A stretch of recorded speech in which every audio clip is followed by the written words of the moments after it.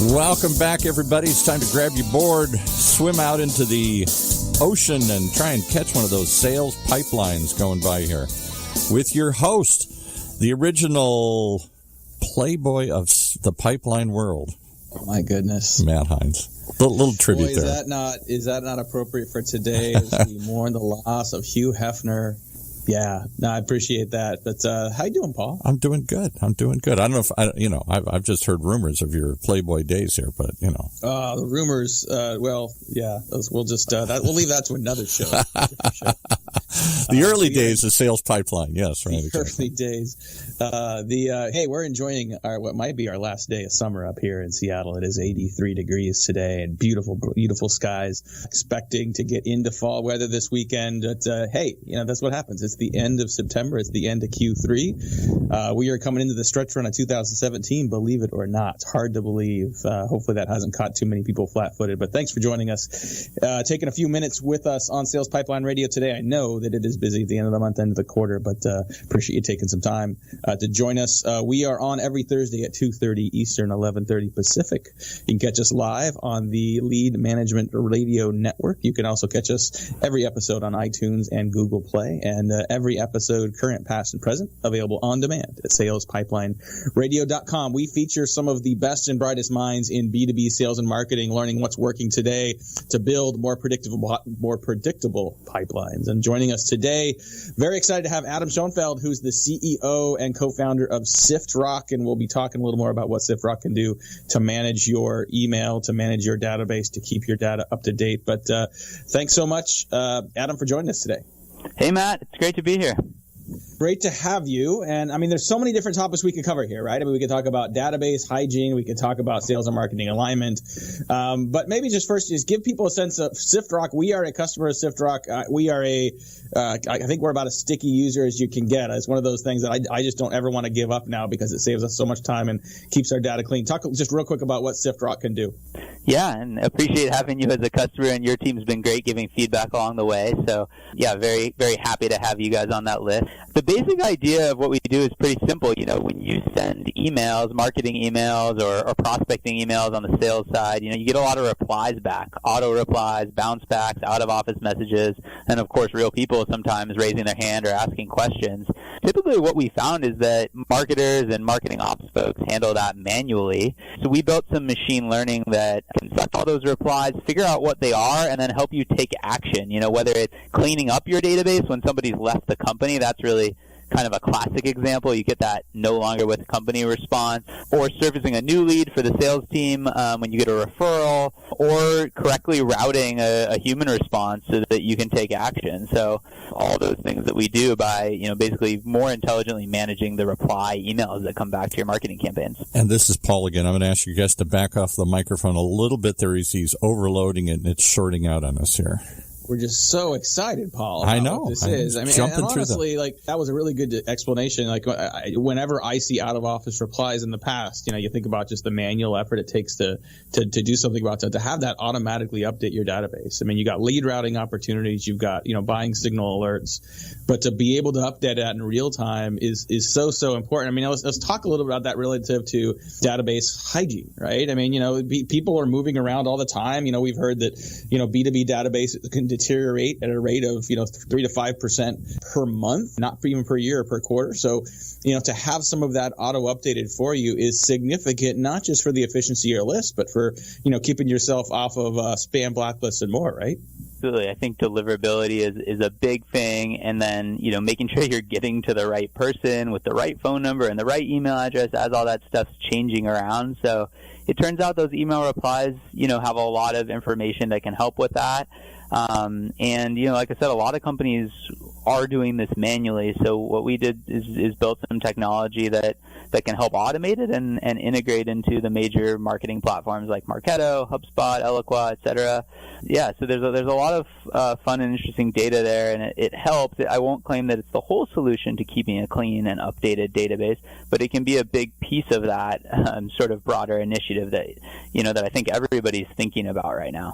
Yeah, and I know, with the just general email engagement, I mean, you see good, you see bad, you see ugly. I mean, you see all sides of this. What's interesting to me about out-of-office replies is we tend to, I think, as professionals, we tend to delete them. Like, we see them and we might look for an interesting message, but we don't do anything with them. And an out-of-office message may not tell you, hey, here's someone that needs to buy. But there are so many buying signals that are inherent. Give a couple of some of your favorite examples of some of the good, I guess, that makes those replies such a great opportunity to engage with your prospects. Yeah, absolutely. I mean, I think one great example is you might have somebody who's been in your database for a long time, and maybe they haven't responded to anything, and then you get a referral contact in there that has some rich information, maybe a title and a phone number, and some of the time those can be routed directly to the sales team where they can reach out and engage somebody there. So if you're picking that information up, I think that's a really good use case, especially for B2B companies with a sales team, which I think is just about all of us. And then, knowing when somebody's moved on is so huge, because it effectively is a couple opportunities, right? You have the person who moved on, so you can reach out to them at their new job. Maybe they were an advocate for you, or they're very engaged. And, a lot of times when people are in new jobs, they're very inclined to look at vendors. So you get the opportunity with the person who left, and then you potentially get the opportunity with their replacement. So I think those, getting those little nuggets can really help your sales team. And then, the last example, which we see more and more now with ABM and with email being more personalized, if you're sending emails, why not ask people to respond? And, when they do respond, have a way to route those into the sales team and, be able to take action and continue the conversation. Well, and part of what makes this so invaluable is that this is timely information, right? If someone attends a webinar, they're not necessarily waiting for a response. Someone sees you at a trade show, everyone's trying to respond to them at once. You get that information out of office. That's something that's happening right now. And so there's very often, not only sort of trigger events and vehicles to respond to, but things you could do so right now. Do you find that this is not people filling out a form? Has it been a challenge to get people to value this as a lead source? What has that been an obstacle, or do you find that people really see and value and take advantage of this opportunity? Yeah, it's a good question. I'd say, people see it first as a way to keep their database healthy and clean and enriched, with the phone numbers and the signatures and the the updates that we can find, or invalidating a bad record. I mean, those things can be so problematic and such a pain to do manually, right? When you think about people changing jobs, or emails becoming invalid, or companies getting acquired. So I'd say, that's probably 70% of our value. And then, the incremental new leads, you certainly treat these different than a form fill, right? It's a little warmer than than just a list you purchase from Zoom Info, but it's not somebody filling out a form or coming inbound and raising their hand. So you have to treat them a little bit differently, but certainly value there, because they're within your target accounts. If you're already engaging the company. So I think in the context of ABM, we see a lot of people thinking, hey, well, this just gives me kind of a better way to surround my target account and have more contacts there. Talking today on Sales Pipeline Radio with Adam Schoenfeld. He's the CEO and co-founder of Siftrock. Definitely encourage you to check them out at siftrock.com. And, as the CEO of an early stage startup, you are not swimming in cash. You don't have an unlimited budget. So clearly you're trying to grow your business and do it the most efficient way possible. So I want to talk a little bit about some of the marketing that you've been doing day to day at Siftrock, and even some of the stuff you did in the early days of Simply Measured, where you were CEO before. But the first thing I want to cover actually is LinkedIn content marketing. I mean, I feel like I see you daily now on LinkedIn for some of the sort of updates and questions and insights that you're posting. Has that been a proactive strategy? Talk a little bit about what you're doing on LinkedIn and how it's working. Yeah, I know you're doing it a lot as well, Matt. The core idea is, when you looked at the LinkedIn feed 6 months ago, you pretty much just saw a bunch of people sharing links. Right? Like, here's an article, here's a blog post, here's something happening in the news. And I think now what's happening is people are starting to share more original thoughts and start conversations there. I think it's become a really great platform in terms of kind of medium form text. Kind of updates stand out in the feed and get a lot of attention and a lot of engagement. And quite frankly, the conversations are super valuable. Like, if you put ideas out there, you will get responses. And I started to notice that, and I've just been pretty much 3-4 days a week just putting stuff out that comes to my mind. I pretty much do it on the bus every morning when I'm coming into work, and I found that it's generated a lot of inbound leads for us. It's also helped just kind of get people aware of our brand, through me, and Katie, who runs sales here, does it a bit too. So just found it's a great channel in terms of B2B, and there's such a great audience that's active there.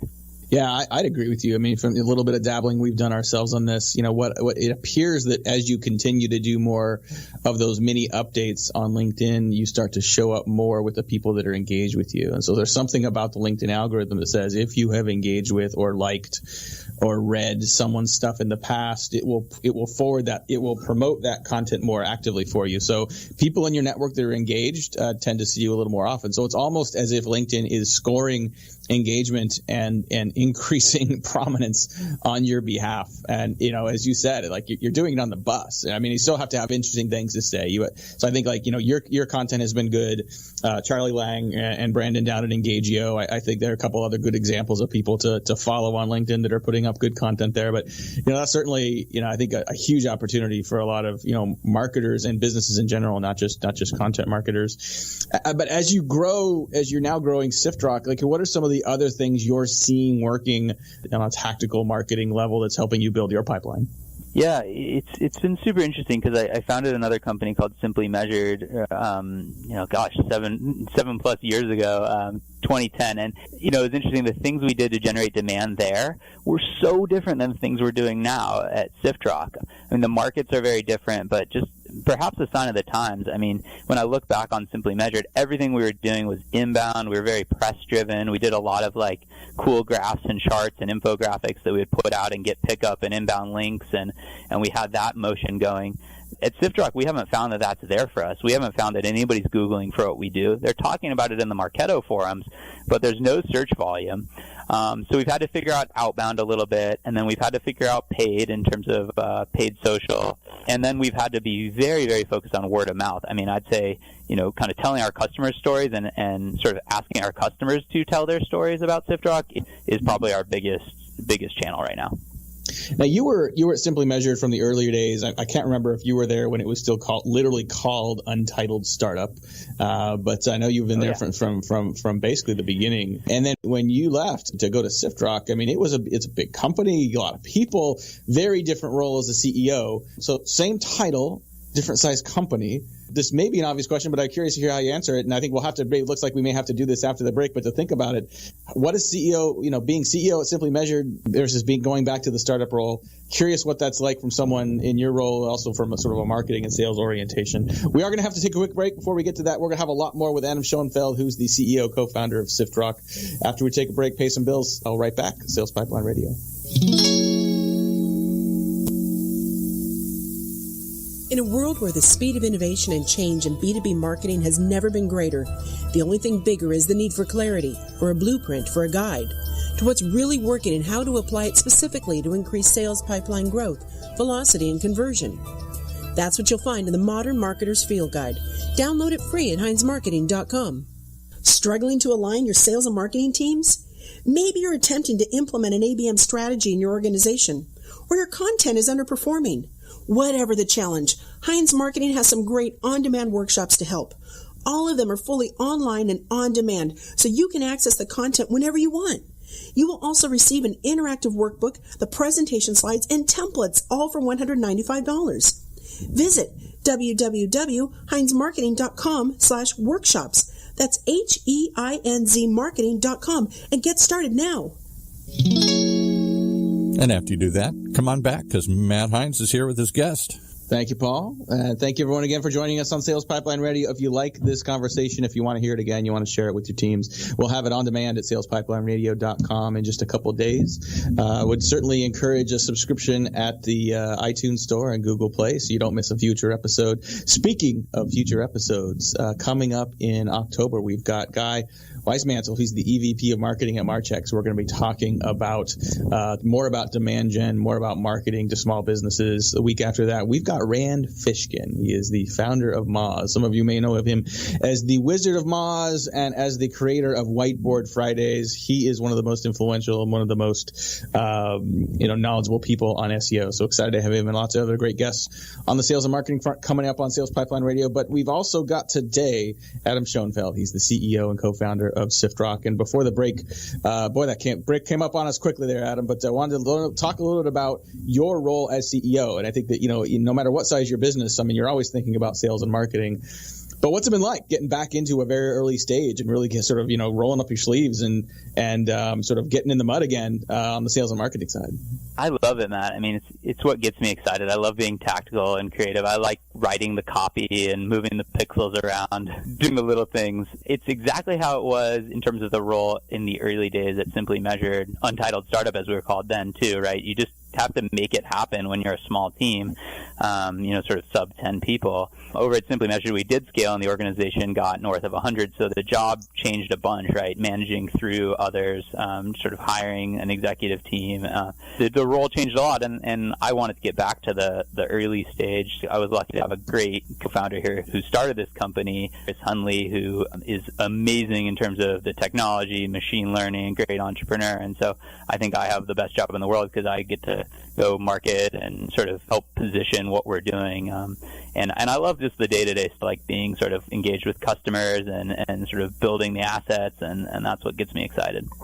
So when you're a team, when your entire company, is single digits, when you can literally fit around a dinner table, managing a single customer pipeline, like managing sales and marketing together is a little easier.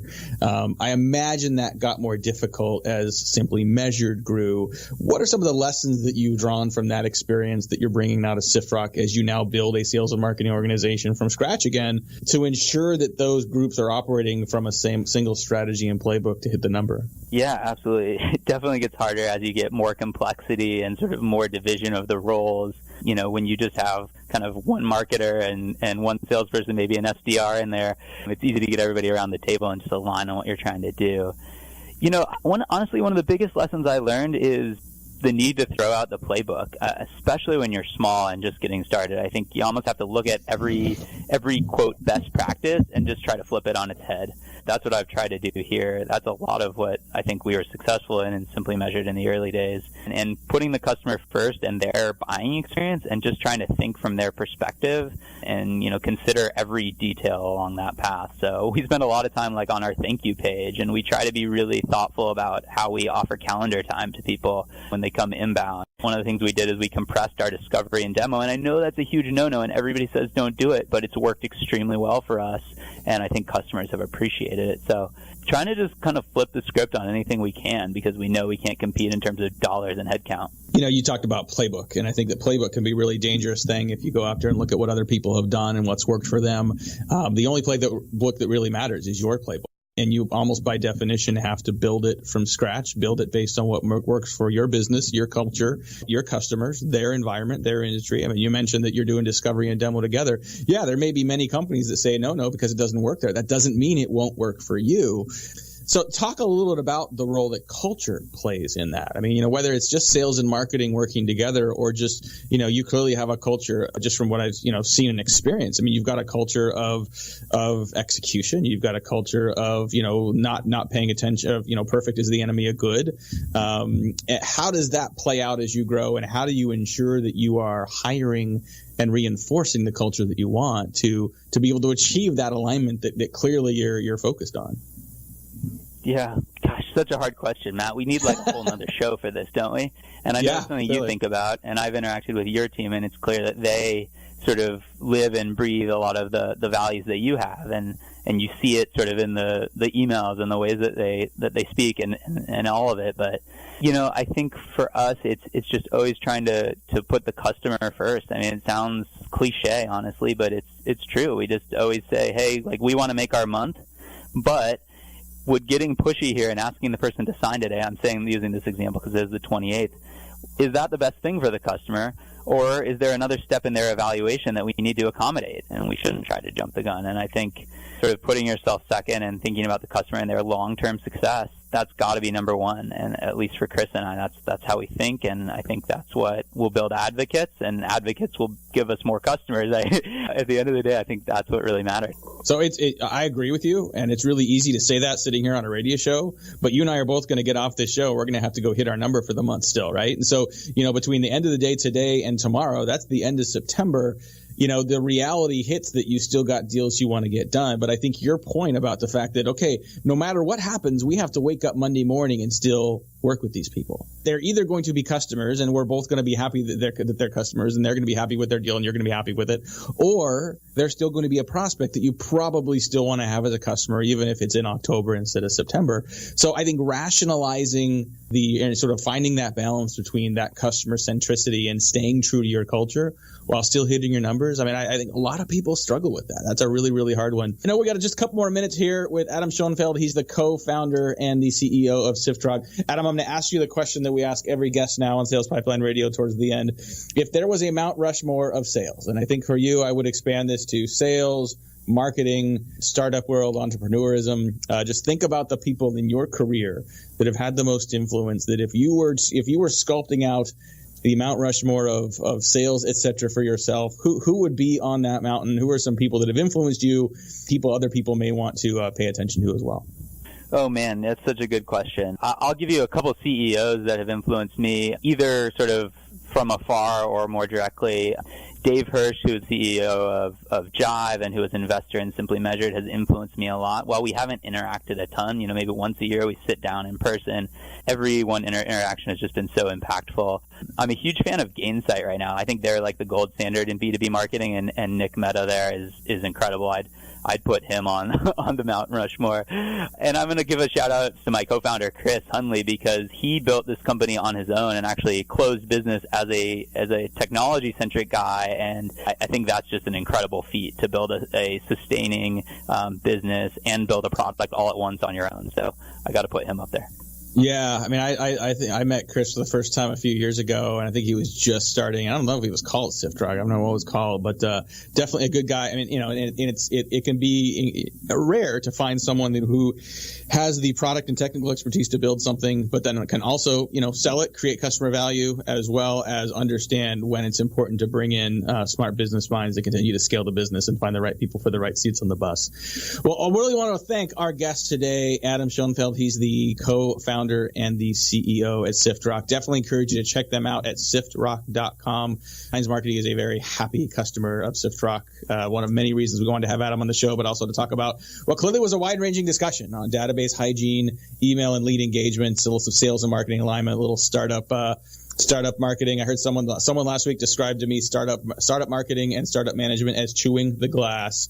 And I'm sure that we could have a whole nother conversation with Adam about chewing the glass as a small business and a growing business. Well, make sure, if you want to hear this conversation again, share it with some of your colleagues and peers. Check it out on demand at salespipelineradio.com. We will have a highlights post of this conversation on HeinzMarketing.com on our blog. Make sure you continue to tune in every Thursday, 2:30 Eastern, 11:30 Pacific. We'll be back next week and every week with new episodes featuring the best and brightest minds in sales and marketing and B2B. For my awesome producer, Paul, this is Matt Heinz. Thanks so much again for joining us on Sales Pipeline Radio. You've been listening to Sales Pipeline Radio, brought to you by the fine folks at Matt Heinz Marketing, right here in the Funnel Radio channel for at-work listeners like you.